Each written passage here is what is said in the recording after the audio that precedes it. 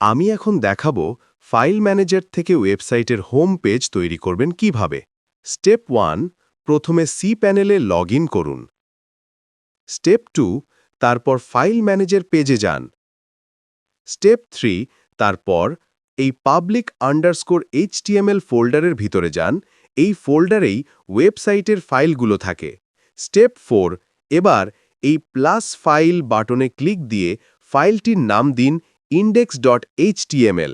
মনে রাখবেন, ওয়েবসাইটের হোম পেজের নাম অবশ্যই ইন্ডেক্সই হতে হবে, তবে .html এর স্থানে .php, .asp ইত্যাদিও হতে পারে। তারপর এই ক্রিয়েট নিউ ফাইলে ক্লিক দিন। স্টেপ 5, এবার নতুন তৈরি করা index.html ফাইলটিতে মাউসের রাইট বাটন ক্লিক দিয়ে এডিটে ক্লিক দিবেন। যে উইন্ডো আসবে সেখানে আবার এডিটে ক্লিক দিবেন। এবার যে পেজ আসবে সেখানে লিখবেন মাই ওয়েবসাইট ইজ নাও লাইভ। তারপর এই সেভ চেঞ্জেস বাটনে ক্লিক দিবেন। ব্যাস, এখন আপনার ওয়েবসাইট ভিজিট করুন। যেভাবে দেখানো হলো ঠিক সেভাবে যদি করতে পারেন তাহলে সেখানে এখন দেখতে পাবেন মাই ওয়েবসাইট ইজ নাও লাইভ।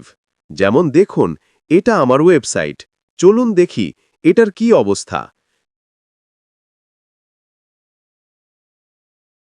দেখুন, ফাইল ম্যানেজার থেকে যে index.html ফাইলটি তৈরি করলাম এবং তাতে যে কথাটি লিখলাম সেই মাই ওয়েবসাইট ইজ নাও লাইভ এখন ব্রাউজার থেকে দেখা যাচ্ছে।